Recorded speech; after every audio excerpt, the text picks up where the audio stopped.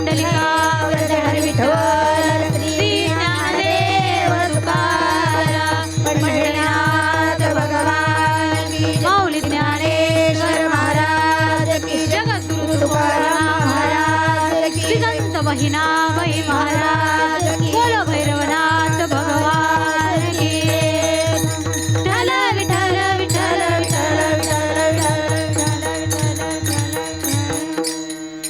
भगवंताच्या नामामुळे काय प्राप्त होतं विचारू नका. आमच्या भारतीय तत्वज्ञानामध्ये जो अंतिम पुरुषार्थ सांगितला मोक्ष, तो सुद्धा देवाच्या नामामुळे प्राप्त होतो. देवाच्या नामामुळे जर मोक्ष प्राप्त होतो तर सुखाचीही प्राप्ती व्हायला पाहिजे आणि दुःखाचीही निवृत्ती व्हायला पाहिजे, तर सिद्ध होईल की देवाच्या नावानं मोक्ष प्राप्त होतो. मग मोक्ष कशाला म्हणावं? आत्यंतिक दुःखाची निवृत्ती आणि परमानंदाची प्राप्ती, त्याचं नाव मोक्ष, त्याला म्हणावं मोक्ष. मग देवाच्या नावानं काय प्राप्त होतं? तर आत्यंतिक दुःखाची निवृत्ती, परमानंदाची प्राप्ती, हे जसं दोन शब्दानं बोलल्या गेलंय, पण अर्थ मात्र एकच आहे, सिद्धांत मात्र एकच आहे. सोपं सांगते, दोघं नवरा बायकोचं भांडण झालं आणि भांडण झाल्यानंतर भागवतामध्ये सांगितलेलंच आहे, कलियुगामध्ये सगळ्यात जास्त दुर्दैव जर काय असेल तर दंपत्तीनाम च कलकनम, पती पत्नी सगळ्यात जास्त भांडतील. ते दोघांचं इतकं भांडण झालं, त्या पत्नीनं त्या ठिकाणी हात धरला नवऱ्याचा, परपडत त्याला देवापुढे नेलं आणि सांगितलं, तुमची जर चुकी असेल तर संध्याकाळपर्यंत तुमचा मुडदा पडेल. तुमची जर चुकी असेल संध्याकाळपर्यंत तुमचा मुडदा पडेल. म्हटले मी मलाही सोडत नाही, माझी जर चुकी असेल तर संध्याकाळपर्यंत मी विधवा होईल. काय कळालं? बोलत असताना दोन शब्दांनी जरी बोलल्या गेलं तरी अर्थ मात्र एक आहे. म्हणून आत्यंतिक दुःखाची निवृत्ती आणि परमानंदाची प्राप्ती दोन शब्दांना बोलल्या गेलं तरी सिद्धांत एकच आहे, विठ्ठल विठ्ठल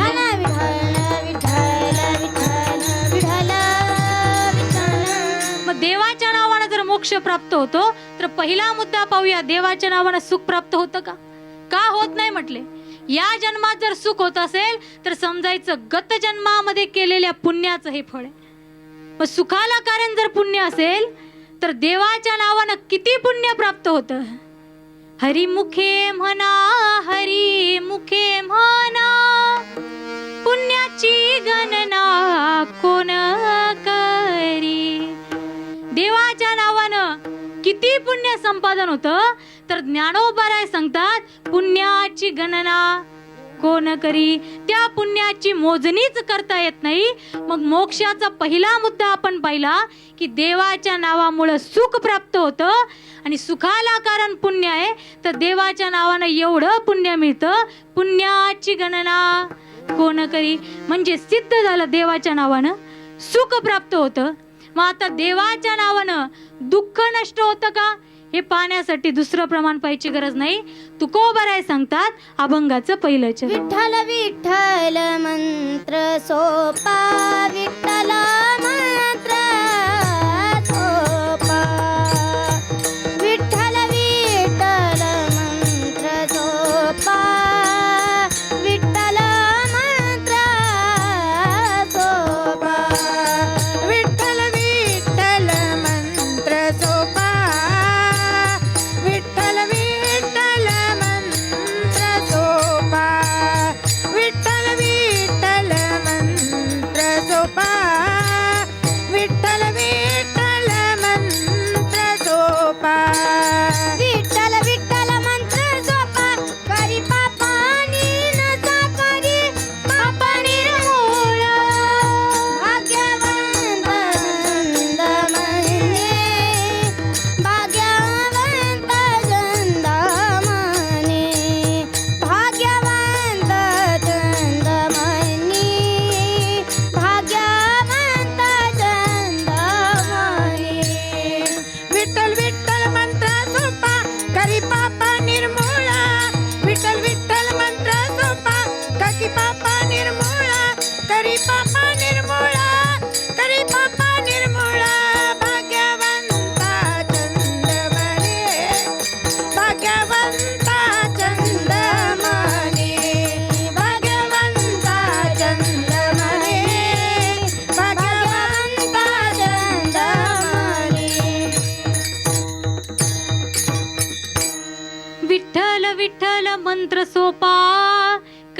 करी पापा निर्मूळ. विठ्ठल विठ्ठल हा शब्द दोनदा वापरलाय. याला शास्त्रामध्ये विपसा असं म्हटलंय. एखादी गोष्ट जर निश्चयानं सांगायची असेल, पूर्णतेने जगद्गुरु तुकोबाराय सांगतायत म्हणून म्हटले विठ्ठल विठ्ठल मंत्र सोपा करी पापा निर्मूळ. अभंगाच्या प्रथम चरणामध्ये जगद्गुरु तुकोबाराय निश्चयानं सांगताय, पूर्णतेनं सांगताय की भगवंताचं नाम हे घेण्याच्या दृष्टीनं, अधिकाराच्या दृष्टीनं कसं आहे. विठ्ठल विठ्ठल मंत्र सोपा, अतिशय सोपं आहे. आणि हे देवाचं नाव काय करतं, करी पापा निर्मूळ. देवाचं नाव नुसतं पाप मिटवित नाही, तर देवाचं नाव पाप करण्याची इच्छाच संपवून टाकतं. करी पापा निर्मूळ. मग देवाच्या नावामुळं मोक्ष प्राप्त होतं, आपण पहिल्या चरणात पाहिलं. मग मोक्ष जर प्राप्त होत असेल तर सुखाची प्राप्ती व्हायला पाहिजे. मग सुखाची प्राप्ती होती का देवाच्या नावामुळं, आपण पाहिलं. देवाच्या नावामुळे सुखाची प्राप्ती होते. देवाच्या नावामुळे नुसतं सुखच मिळत नाही महाराज. नुसतं सुखच प्राप्त होत नाही, तर स्वर्गातील जे सुख आहे ते सुख सुद्धा भगवंताच्या नामामुळे प्राप्त होतं. देवाच्या नावात ते सुख मिळतं. ज्यावेळेस राजा परीक्षिती श्राप लागला, 7 दिवसामध्ये साप चावून मृत्यू होणार आहे, त्यावेळेस गंगेच्या तीरावर राजा परीक्षिती येऊन बसले आणि भगवान शुकदेवांच्या सानिध्यामध्ये सुंदर अशी भागवत कथा परीक्षित राजा श्रवण करत होते. आणि हे सगळं पाहिलं स्वर्गातील देवतांनी. ते स्वर्गातील देवतांनी काय केलं, तर स्वर्गातील अमृत एका कलशामध्ये भरलं आणि ते अमृत कलश घेऊन ज्या ठिकाणी भागवत कथा चालू होती तिथं ते सगळे देवता आले. आणि आल्यानंतर म्हटले, शुकदेव भगवान, आम्हाला कळालंय तुमच्या शिष्याला 7 दिवसामध्ये मृत्यू येणार आहे आणि म्हणून त्याच्यासाठी म्हणून आम्ही अमृत घेऊन आलोय. हे अमृत त्याला द्या म्हणजे तो अमर होईल. शुकदेव भगवान म्हणाले, वा वा वा, आये देव सदा स्वार्थी. तुम्ही म्हणताय अमृत त्याला द्या, तो अमर होईल. मग या अमृताच्या मोबदल्यात तुम्हाला काय हवंय. कारण मोठी माणसं कधीच कुणाला काही फुकट देत नाही. बरं, फुकट दिल्यासारखं दाखवतात पण फुकट कधी देत नाही. म्हटले या मोबदल्यात तुम्हाला काय हवंय. ते सांगितलं, हे अमृत तुमच्या शिष्याला द्या आणि त्या मोबदल्यामध्ये तुम्ही जे नामामृत तुमच्या शिष्याला देताय ते नामामृत आम्हाला द्या.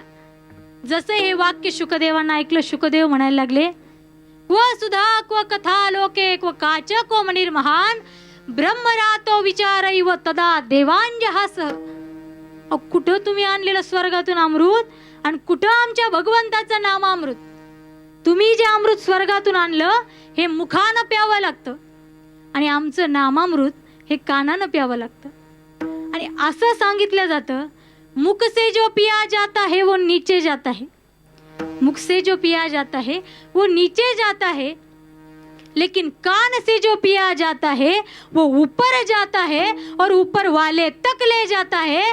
म्हणून तुमच्या अमृताची आणि आमच्या अमृताची तुलना नाही.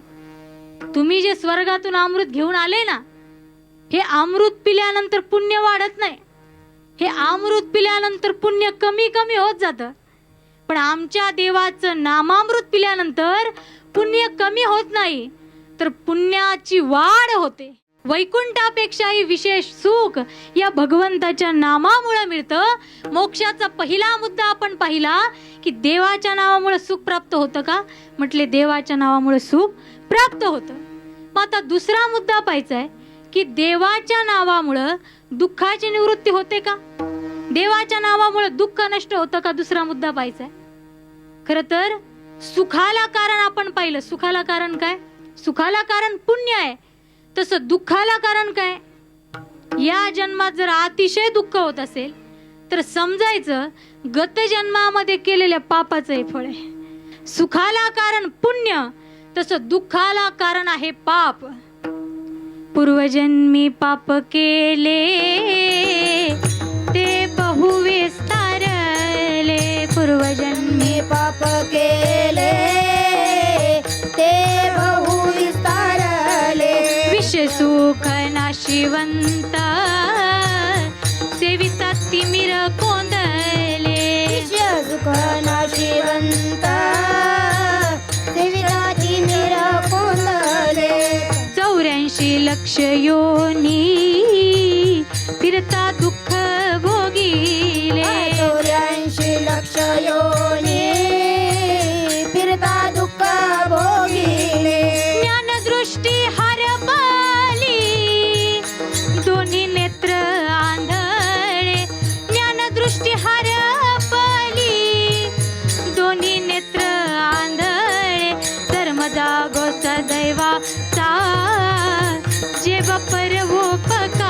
उपकारी आंधळ्या दृष्टी देतो त्याचे नाव मी उच्चार. धर्म जागोस देवाचा देवा पर उपकारी आंधळ्या दृष्टी देतो त्याचे नाव मी उच्चारी.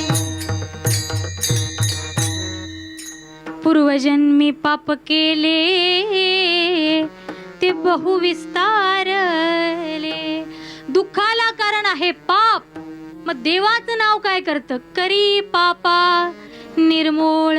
देवाचं नाव नुसतं पाप मिटवित नाही, तर देवाचं नाव पाप करण्याची इच्छाच संपवून टाकतं.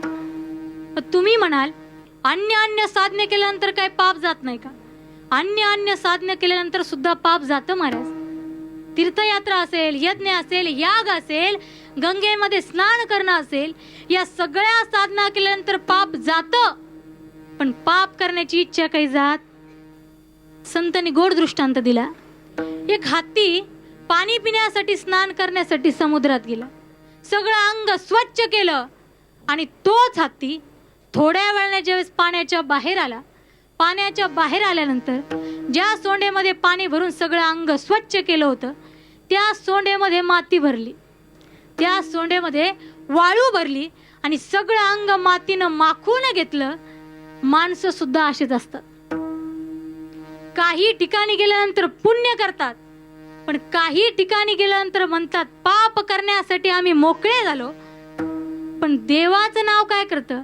म्हणजे अन्य साधना केल्यानंतर पाप जातात, पण पाप करण्याची इच्छा संपत नाही.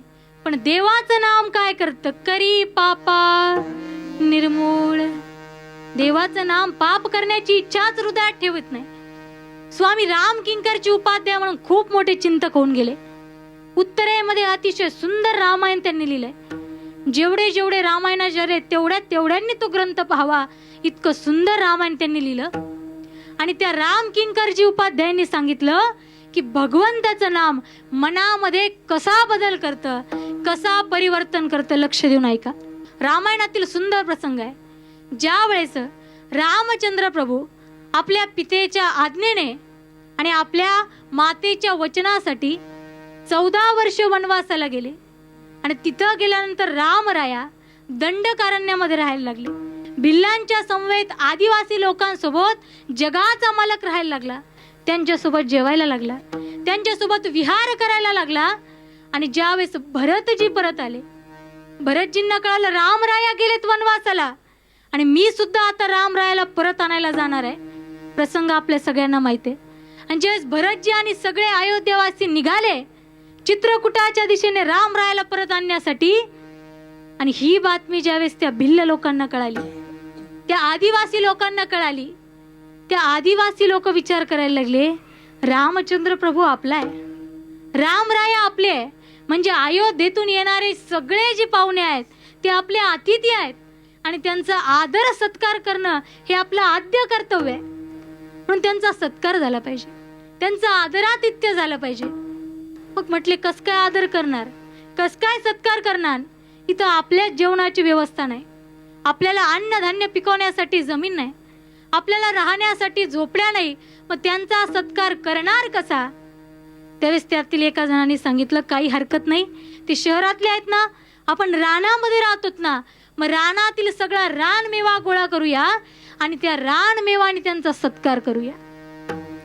आणि ज्यावेळेस अयोध्येतले सगळे लोक आले, मंदाकिनीमध्ये स्नान केलं, आचमन केलं, आणि ज्यावेळेस ती अयोध्येतली प्रजा बसली त्यावेळेस या आदिवासी लोकांनी रानामधून आणलेला रानमेवा, फळं असतील, कंदमुळं असतील, मध असतील, तो सगळा जमा केला आणि त्या अयोध्येतल्या लोकांसमोर ठेवला. आणि ठेवल्याबरोबर अयोध्येतल्या लोकांनी खिशात हात घातले, म्हटले कितीला आहे हे? ज्या लोकांना कायम पैशात विकत घेण्याची सवय असते ते खिशातच हात घालतात. म्हटले कितीला आहे हे? त्यावेळेस त्या आदिवासी लोकांनी सांगितलं, भिल्ल लोकांनी सांगितलं महाराज अहो आम्ही हे विकण्यासाठी आणलेलं नाही, रामराया आमचा आहे, म्हणजे तुम्ही सगळे आमचे अतिथी आहात, तुम्ही सगळे आमचे पाहुणे आहात आणि तुमचं आदरातिथ्य करण्यासाठी आम्ही आणलंय. कारण अतिथी देवो भव ही आमची भारतीय संस्कृती आहे, हे विकण्यासाठी आम्ही आणलेलं नाही. जसंही त्या भिल्ल लोकांचे शब्द ऐकले, अयोध्येतले लोक विचार करायला लागले, हे भिल्ल लोक, यांच्या जेवणाची व्यवस्था नाही, यांना राहण्यासाठी झोपड्या नाही, पण यांच्या हृदयाचा एवढा विकास झाला कसा? आपल्याकडे तर सगळी संपन्नता आहे, पण आपल्याकडं सगळं असून घरी आलेला एक पाहुणा आपल्याला सहन होत, घरी आलेला एक अतिथी सहन होत नाही. पण त्या आदिवासी लोक एवढा मोठा हृदयाचा विकास, त्यांना प्रश्न केला, तुम्ही काय ऋषीमुनींच्या आश्रमात जातात का? तस त्यांनी सांगितलं, महाराज अहो पोटाची खळगी भरता भरता दिवस निघून जातो, कुठं आम्ही जातो म्हटले ऋषीमुनींच्या आश्रमात. 6 महिन्यापूर्वी जर तुम्ही आमच्याकडे आले असते तर तुमच्या अंगावर कपडे सुद्धा आम्ही ठेवले, कारण या जंगलात राहत असताना वाटमारी करणं हा व्यवसाय आहे. पण जेव्हापासून रामचंद्र प्रभू या अरण्यात आले, त्यांची संगती आम्हाला झाली आणि त्यांचं नाम आम्ही घ्यायला लागलो. परिणाम असा झाला, आता पाप करण्याची इच्छाच होत नाही. विठ्ठल विठ्ठल विठ्ठल विठ्ठल विठ्ठल म्हणून सांगितलं, देवाचं नाव काय करतं? करी पापा निर्मूळ. घेण्याच्या दृष्टिकोनातून सोपं आहे, अधिकाराच्या दृष्टिकोनातून सोपं आहे, निश्चित फल प्राप्त करून देणार आहे आणि पाप करण्याची इच्छा नष्ट करणारा देवाचं नाव आहे.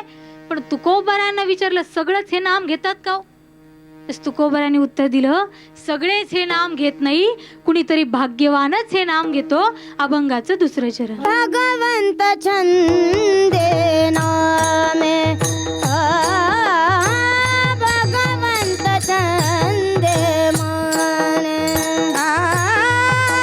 भाग्यवंत छंद मानी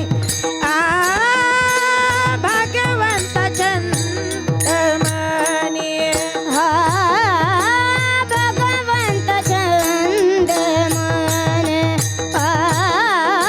भगवंत छंद माने भाग्यवंत छंद मानी भाग्यवंत छंद मानी कोडे काने ऐकती कोडे काने ऐकती कोडे काने ऐकती कोडे काने ऐकती भगवंत छंद माने भगवंत छंद माने कोडे कानी ऐकती कोडे कानी ऐकती कोडे कानी ऐकती कोडे कानी ऐकती भाग्यवंत छंद मानी भाग्यवंत छंद मानी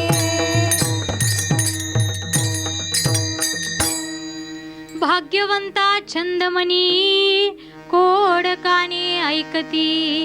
अभंगाच्या 2ऱ्या चरणात जगद्गुरु तुकोबाराय सांगतात, सगळेच हे नाम घेत नाही. भाग्यवंता छंदमणी, भाग्यवंताच्या मनात कायम भगवंताच्या नामाचा छंद असतो, नाहीतर करंट्या कपाळाचे माणसं भजन करीत. करंटे कपाळ ज्याचे नाम नये वाचे, सदैव सभाग्यतेचे हरिरंगिनाचे. खर तर भाग्यवंताच्या मनात नामाचा छंद असतो, करंट्या कपाळाचे माणसं भजन करीत नाही. खर तर माणसाच्या जीवनामध्ये 2 छंद असतात, एक आहे संसारिक छंद आणि दुसरा आहे परमार्थिक छंद. पण संसारिक छंदामध्ये कुणाला खाण्याचा छंद, कुणाला झोपण्याचा छंद, कुणाला केसांचा छंद, कुणाला कुणाच्या जमिनी हडपण्याचा छंद, तर कुणाला जिवंत मॉडेलचा छंद. पण म्हटले संसाराचे हे जे छंद आहेत हे सगळे मुढाचे लक्षण आहे. पण परमार्थाचा छंद जर पाहिला, परमार्थामध्येही वेगवेगळे छंद आहे. मग कुणाला गायन करण्याचा छंद, कुणाला भगवंताच्या नामात नृत्य करण्याचा छंद, हे परमार्थातले वेगवेगळे छंद आहे. पण परमार्थातला सगळ्यात उत्तम छंद जर काय असेल तर सतत भगवंताचं नामचिंतन वाणीनं करणं हा परमार्थातील सगळ्यात उत्तम छंद. विठ्ठल विठ्ठल विठ्ठल विठ्ठल विठ्ठल विठ्ठल विठ्ठल विठ्ठल विठ्ठल माझ्या मनाला छंद नित्य गोविंद गोविंद. सतत मुखात नामस्मरण करणे हा सगळ्यात उत्तम छंद आहे. पण हा सगळ्यांनाच हा छंद लागत नाही. सगळेच जण भगवंताचं नाम घेत नाही. त्याचं कारण आहे भाग्यवंता छंदमणी कोडकानी ऐकती. भाग्यवंतच फक्त देवाचं नाव घेतो. नाहीतर देवाचं नाम साधना सगळ्यात सोपे आहे. किती सोपे आहे. नामसंकीर्तन साधन पै सोपे जळतील पापे जन्मांतरीचे. ते नाम घ्यायसाठी कुठं जायची गरज आहे का? कुठंच जायची गरज नाही. ठाईच बैसोनी करा एक चित्त आवडे अनंत आळवावा. म्हटले तुम्ही नामाचा महिमा एका तासापासून सांगायला लागल्या. नाम घ्या नाम घ्या नाम घ्या. पण म्हटले कामाधामावाली माणसं आहोत आम्ही. मग कामाधामा सोडून काय नुसतं विठ्ठल विठ्ठल म्हणत बसावं? तर अजून सोपं केलं. कामामध्ये काम काही म्हणा राम राम. काम सोडण्याची गरज नाही. काम करता करता भगवंताचं नाम घ्या. विद्या वाचस्पती जगन्नाथांना पवार सुद्धा सांगायचे देवाचं नाव घेण्यासाठी काम सोडण्याची गरज नाही. हातामध्ये काम ठेवा, हृदयामध्ये राम ठेवा आणि मुखामध्ये नाम ठेवा. अंतकाळ सुखकारक झाल्याशिवाय राहणार नाही. विठ्ठल विठ्ठल विठ्ठल विठ्ठल विठ्ठल विठ्ठल विठ्ठल विठ्ठल विठ्ठल विठ्ठल. इतकं सोपं आहे भगवंताचं नाम. पण सामर्थ्य इतके देवाच्या नावामध्ये. किती जरी महापातकी असला, किती जरी पाप करणारा असला, पण त्यानं जर देवाचं नाव घेतलं तर त्याचा सुद्धा उद्धार करणारा आमचा परमात्मा आहे. नामे तारीला नाही कोण ऐसा द्यावा निवडून. नाव घेतलं आणि उद्धार झाला नाही फक्त शोधून दाखवा. कितीही पाप केलेला असू द्या, पण ज्यानं देवाचं नाव घेतलं त्याचा उद्धार झाला. घेता नाम विठोबाचे हो हो हो पर्वत जळतील पापाचे. पर्वत जळतील पापाचे. घेता नाम विठोबाचे पर्वत जळतील पापाचे. पर्वत जळतील पापाचे.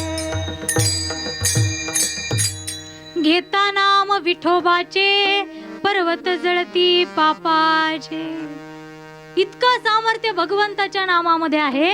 इतकं पापच माणूस करू शकत नाही जेवढं सामर्थ्य देवाच्या नावात आहे. कितीतरी महापातकी असू द्या, फक्त देवाचं नाम घ्या. वाल्या कोळ्याचा प्रसंग आपण श्रवण केला असेल. दरोडेखोर महापातकी असणारा वाल्या कोळी. पण एक दिवशी ज्या जंगलामध्ये तो राहत होता तिथं संतांचं आगमन झालं. देवर्षी नारदजी त्या जंगलामध्ये आले आणि आल्यानंतर जसं नारदांना पाहिल्याबरोबर म्हटले, अरे कोण आहेस तू? या जंगलामध्ये येण्याची हिंमत कस काय केली? आणि खरंच जर प्राणप्रिय असेल तर चालता हो इथून. वाल्याकुळी देवर्षी नारदजींना म्हणायला लागला. तेच नारदजी म्हटले, जाण्यासाठी झालोय, पण एक प्रश्न तुला विचारायचा आहे. ज्यांच्यासाठी एवढं पाप करायला लागला, एवढं पाप कर्म ज्यांच्यासाठी लावलंय, ते कुटुंब तुझ्या पापामध्ये भागीदार आहे का? ते वाल्याकुळी म्हणायला लागला, त्यांच्यासाठी करतोय, मग ते माझ्या पापात भागीदार होणार म्हणजे होणार. नारदजी म्हटले, असं तुला वाटतंय, पण मी सांगतोय यातलं कुणीच तुझ्या पापात भागीदार होणार नाही. आणि विश्वास नसेल तर घरी जाऊन विचारून ये. तेच देवर्षी नारदजींना एका झाडाला बांधलं आणि तो वाल्याकुळी घरी विचारण्यासाठी गेला. आई वडिलांना विचारलं, तुमच्या सुखासाठी मी पाप करतोय, माझ्या पापात भागीदार होणार का? आई वडिलांना सांगितलं, बाळा, मुलाचा सांभाळ करणं आई वडिलांचं कर्तव्य आहे. आणि एकदा का मुलं मोठी झाली की आई वडिलांचा सांभाळ करणं मुलाचं कर्तव्य आहे. मग आम्हाला सांभाळताना तू पाप करून कमवतो, पुण्य करून कमवतो, आमचा संबंध नाही, तुमच्या पापात आम्ही भागीदार. दुःख झालं वाल्याकोळ्याला. मुलांकडे गेलं, मुलांना विचारलं, तुम्ही तरी भागीदार होणार ना? मुलांना सांगितलं, बाबा, मुलांना मोठं करणं आई वडिलांचं कर्तव्य आहे. तुमचं कर्तव्य तुम्ही करताय आणि ज्यांनी जे कर्म केलं ते त्यांनाच फेडावं लागतं. तुमच्या पापात आम्ही भागीदार. दोघांनीही नकार दिला. आई वडिलांनी नकार दिला, मुलांनी नकार दिला. मोठ्या आशेनं पत्नीकडे गेला, पण पत्नीला सुद्धा उत्तर दिलं. म्हटले, अहो माझी जबाबदारी तुमच्यावर आहे, माझं कर्तव्य तुमच्यावर आहे. आणि तुमचे जन्मदाते आई वडील जर तुम्हाला सांभाळायला तयार नाही, तुमच्या पापात भागीदार व्हायला तयार नाही, तर मी काय म्हणून दुःख भोगावं. पत्नीनं सुद्धा नकार दिला. आणि त्यावेळेस वाल्या कोळ्याचे डोळे उघडले. धावत पळत देवर्षी नारदजींकडे गेला, नमस्कार केला, शरणागती केली नारदजींची. म्हटले, नारदजी, इतकी पातका केली, इतकी महापाप ज्यांच्यासाठी केली, आज माझ्या लक्षात आलंय की इथं सगळे सुखाचे सोबत आहे.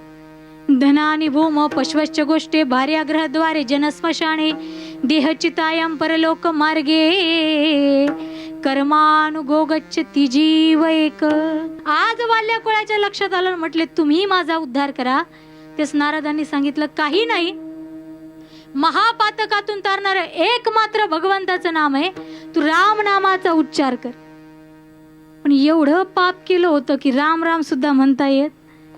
मग साधू संत म्हटले, काही हरकत नाही, राम राम म्हणता येत नाही, मग मरा मरा का होईना, पण कारण मरा मरा म्हणता म्हणता पहिला म सोडला की सहजच राम उच्चार होतो. आणि राम नामाची ताकद आहे.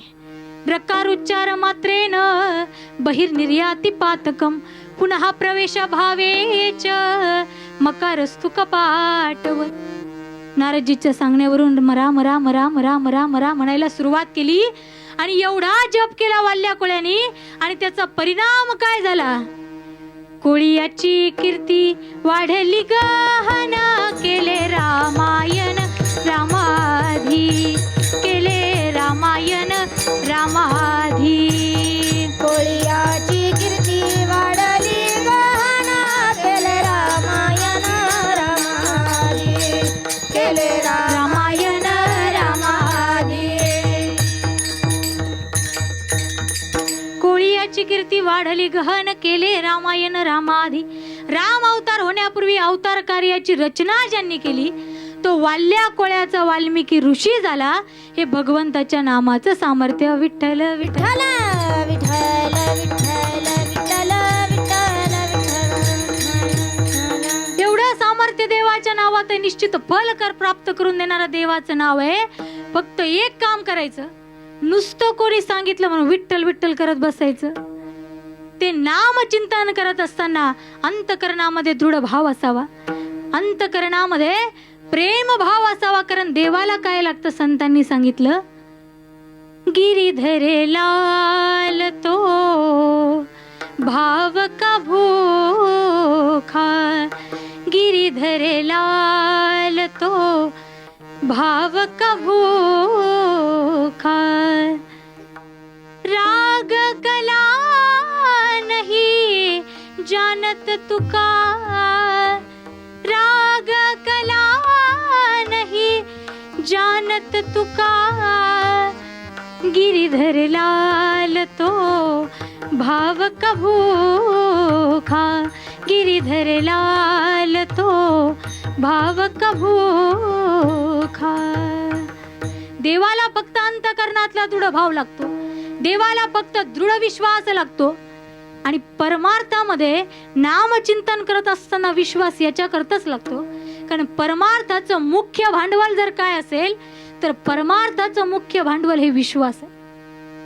कुठलाही व्यवहार पहा, जगातील कुठलाही व्यवहार पहा, व्यापाराकरता विश्वास लागतो, राजकारणाकरता विश्वास लागतो, संसाराकरता विश्वास लागतो. बघा ना, सामान्य संसार आहे पण तो सुरळीत चालावा असं वाटत असेल तर पतीचा पत्नीवर विश्वास असला पाहिजे, पत्नीचा पतीवर विश्वास असला पाहिजे. कारण पती पत्नी म्हणजे संसार रूपी रथाची दोन चाक आहेत.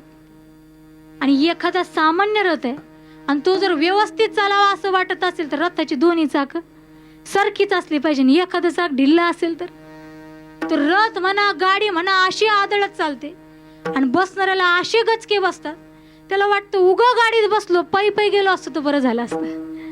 म्हणून संसार रूपी रथ व्यवस्थित चालावा वाटत असेल तर पतीचा, पत्नीवर विश्वास असावा पत्नीचा, पतीवर विश्वास असावा. आणि विश्वास नसेल तर घटस्फोटापर्यंत संसार जातो. म्हणून सुरळीत चालावं वाटत असेल तर विश्वास. राजकारणाकरता देखील विश्वासच लागतो महाराज. पण आज राजकारणाची अशी स्थिती झाली, कोण कधी कोणत्या पक्षात जाईल काही सांगताच येत नाही महाराज. कोण कधी कुठे जाईल सांगता येत नाही.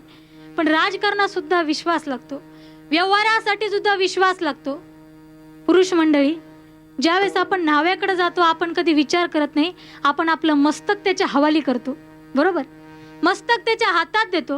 आणि आपल्या मनात जर विचाराला न जाणो यानं माझा गळा कापला तर देऊ का आपण मस्तक? देऊ शकत नाही, देतो कारण विश्वास. तसं परमार्थामध्ये देखील विश्वास लागतो, कारण परमार्थाचं मुख्य भांडवल आहे विश्वास. भांडवल गाठी तरी विश्वास, झालो ते झालो निश्चय दास. न पाहे मागील ते वास, पुढती सोस सेवेचाची. पण दृढ विश्वासानं देवाचं नाम घ्या, तो धावून आल्याशिवाय राहणार नाही. नामावर किती विश्वास असावा शबरी मातेकडून शिकावं. सांगितलं होतं गुरुनी, शबरी घाबरू नको, एक दिवस रामराया तुला भेट देतील. त्या वाक्यावर विश्वास ठेवला आणि कितीतरी वर्ष रामरायाची वाट पाहिली. इतकं इतकं इतकं नामचिंतन केलं. मग इतक्या वर्ष नामचिंतन भक्ती करताना लोकांनी काय कमी त्रास दिला का? बाकीचे म्हणायचे कितीतरी वर्षापासून तपस्या करतायत, त्यांची घरं सोडून तुला काय वाटतं राम तुझ्या घरी येतील? लेकिन क्या शबरी का विश्वास डोल गया? नहीं. सुदामा के तंदुलों में कोई दखल ना थी, प्रेम था. मालिनी को बाजारी की कोई शक्ल ना थी, प्रेम था. धंधे की पूजा में कोई अकल ना थी, प्रेम था. भाई मीरा की कीर्तन में कोई नकल ना थी, प्रेम था. कौन से हीरे जड़े थे नरसी की खड़ताल में, क्या बांध कर लाया था सुदामा फटे हुए रुमाल में. अरे वन में भी जाकर खाया द्रौपदी के थाल में, क्या समझ कर बंद गए श्री हरि नंदे के जंजाल में. अरे जिसके झूठे बेर खाए उसकी क्या औकात थी, दरअसल हीरे मोती चमन प्यारे. ये तो प्रेम और विश्वास की बात थी, ये तो प्रेम और विश्वास की बात थी. दृढ विश्वासानं भगवंताचं नाम चिंतन करा, तो धावून आल्याशिवाय राहणार नाही. विठ्ठल विठ्ठल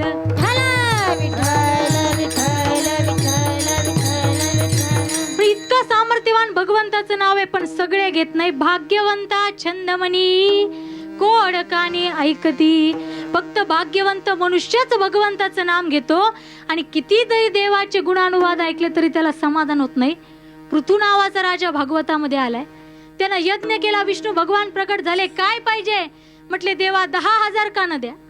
2 कानांनी तुमची कीर्ती ऐकून मला समाधान होत नाही, 10,000 कानं द्या. आणि त्या 10,000 कानांनी मी तुमची कथा ऐकावी, मी तुमचे गुणानुवाद ऐकावे. याला म्हणावं भाग्यवंत.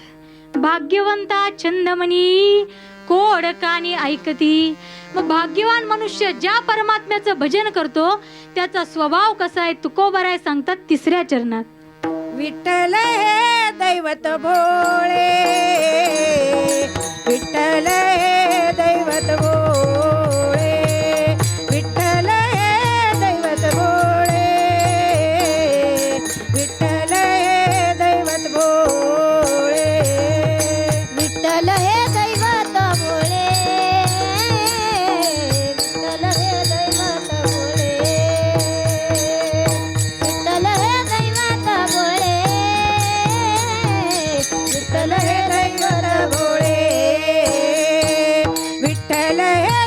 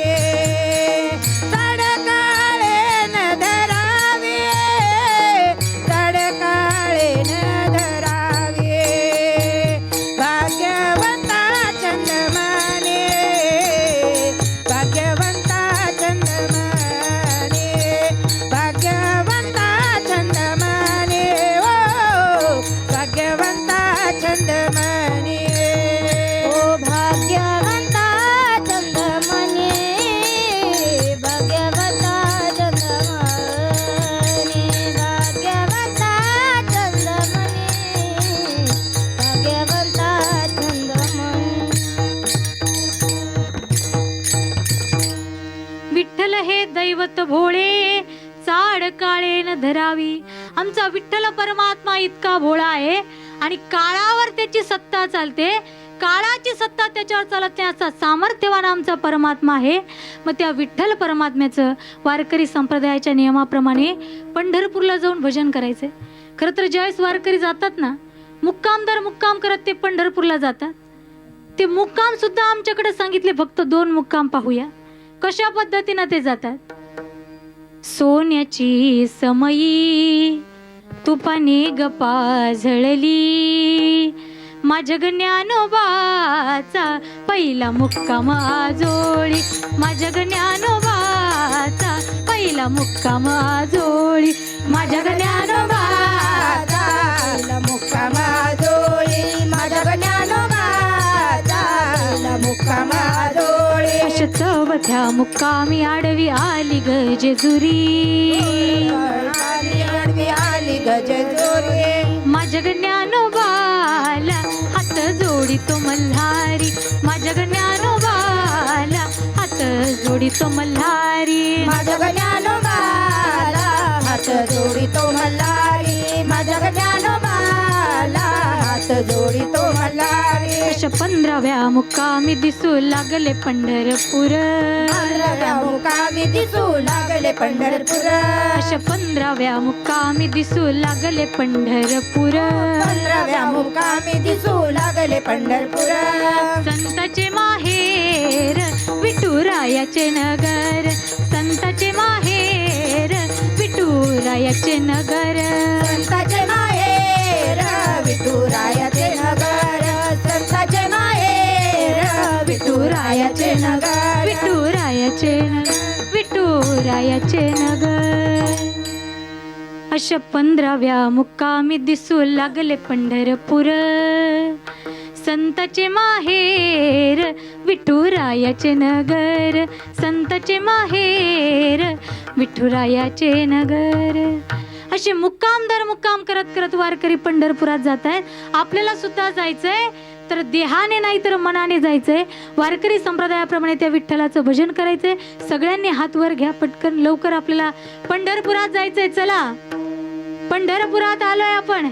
चंद्रभागेचं स्नान केलंय, गरुड खांबाला आलिंगन दिलंय आणि जसंही गाभाऱ्यामध्ये प्रवेश केला, ओम षडगुण ऐश्वर्य संपन्न अहो रमाकांत, अहो श्री विठ्ठला, राजा सुकुमार मदनाचा पुतळा, तारी मजा रखुमाईच्या नाथा, सुंदर ते ध्यान उभे विटेवरी, देवाचं ते सुंदर रूप पाहिलं, त्याच्या चरणावर मस्तक ठेवलं आणि त्यावेळेस अंतकरणानं एकच टाहो फोडला, विठोबा रखुमाई, विठोबा रखुमाई, जय जय विठोबा रखुमाई, विठोबा रखुमाई, विठोबा रखुमाई, विठोबा रखुमाई, जय जय विठोबा रखुमाई, विठोबा रखुमाई, हरी जय जय जय, हरी जय जय विठोबा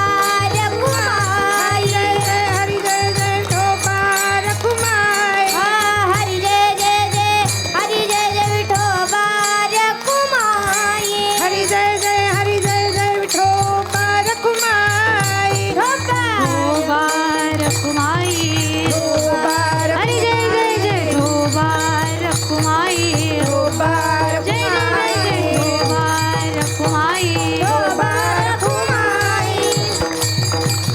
विठोबा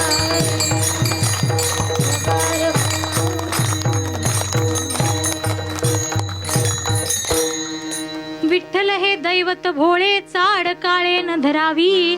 आणि शेवटच्या चरणात तुकोबाराय सांगतात, ज्याने विठ्ठलाला हृदयामध्ये धारण केलं तो कुठल्याही जातीतला असो, कुठल्याही कुळातला असो, तो धन्यतेला प्राप्त होतो. म्हणून आमच्या वारकरी संप्रदायामध्ये ज्ञानोबरायांना जे स्थान आहे ते स्थान, जोहार रे मायबाप जोहार, चोखोबरायांना सुद्धा ते स्थान आहे. म्हणून तुका म्हणे भलते याती, विठ्ठल चित्ती तो धन्य.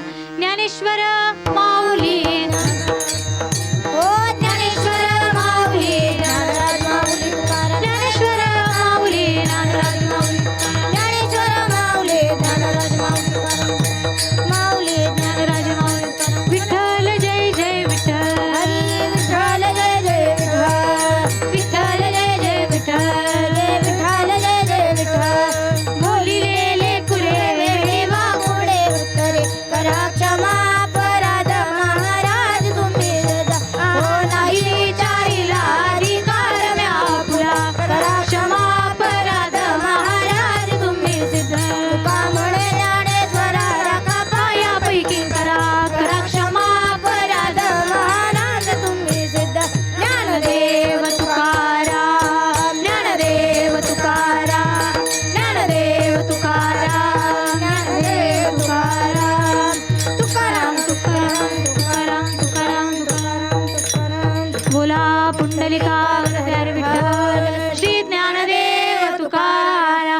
पंढरीनाथ भगवान की, माऊली ज्ञानेश्वर महाराज की, श्री संत बहिणाबाई महाराज की, बोलो रे भैरवनाथ भगवान की.